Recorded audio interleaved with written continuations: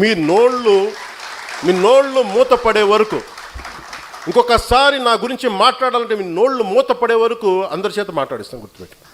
ఇంకా సభ్యత సంస్కారం కాదు అని చెప్పి నేను మాట్లాడలే. ఇంకా మీరు స్థాయి దాటేశారు. మీరు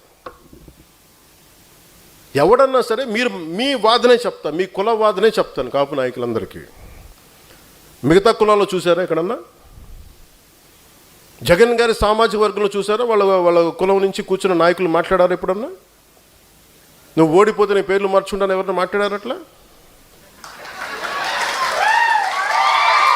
ఎవరు మాట్లాడారు? అట్లా మాట్లాడరు. చంద్రబాబు గారి గురించి మాట్లాడారు, నువ్వేం చేసావు కమ్మవారికి అని మాట్లాడతారో మాట్లాడరు, మీరు మాట్లాడతారు.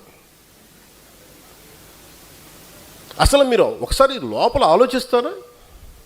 ఈరోజు మీ అందరికీ చెప్తా ఉన్నా, నా చుట్టుపక్కల చాలామంది నాయకులు ఉండేవాళ్ళు.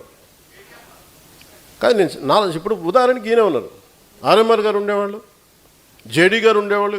ఎక్కడికి వెళ్ళినా, రాజమండ్రి ఎక్కడికి వెళ్ళినా, ఈస్ట్ గోదావరి ఎక్కడికి వెళ్ళినా జేడీ గారిని పార్టీలో చేర్చుకోవాలని, జేడీ గారిని పార్టీలో చేర్చుకోవాలంటారు. వచ్చారు, మెంబర్షిప్ పెట్టాం, వైజాగ్ పార్లమెంట్ ఇచ్చాం, ఓడిపోయాం. అతను సినిమాలోకి వెళ్ళిపోయి వెళ్ళిపోతున్నారు.